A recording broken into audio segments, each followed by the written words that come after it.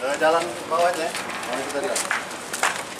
Dua tersangka pencurian sepeda motor masing-masing Wahyu dan Irangga tertangkap polisi dari Subdit 3 Jatanras Polda Sumsel.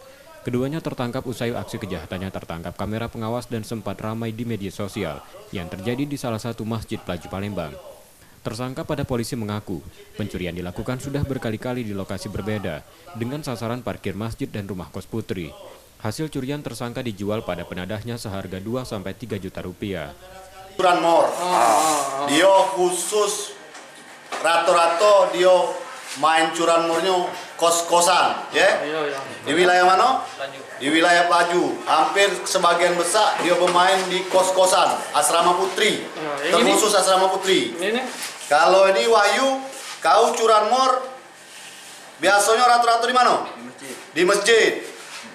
Waktu melakukannya saat sholat subuh. Ini rato-rato melakukan curanmor di masjid atau musola di wilayah Pelaju. Saat sholat subuh. Dua tersangka ini terancam hukuman di atas 5 tahun penjara. Sementara polisi masih akan mengembangkan kasusnya untuk mencari penadah barang curian tersangka.